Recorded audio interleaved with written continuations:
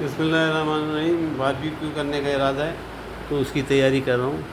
सीखें निकाल ली हैं, ये बारबेक्यू के नेट निकाल लिए और कढ़ा अपनी ग्रिल जो है तैयार कर लिए, कोयले लगा देंगे और उसके बाद बारबेक्यू करेंगे। मैं आपको सामान दिखा दूँ। बारबेक्यू का सामान तैयार करने के बाद, मसाले लगाने के बाद फ्रिज में रख दिया। इसमें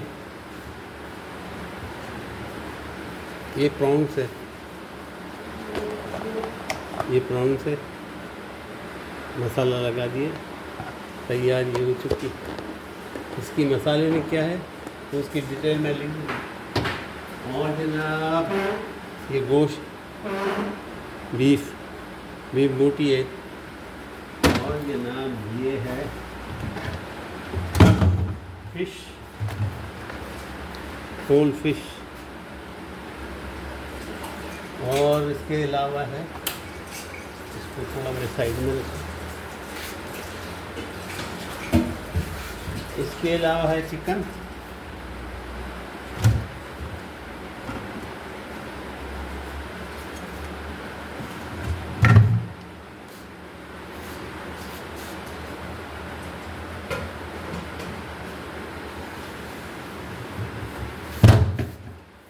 ये चिकन है।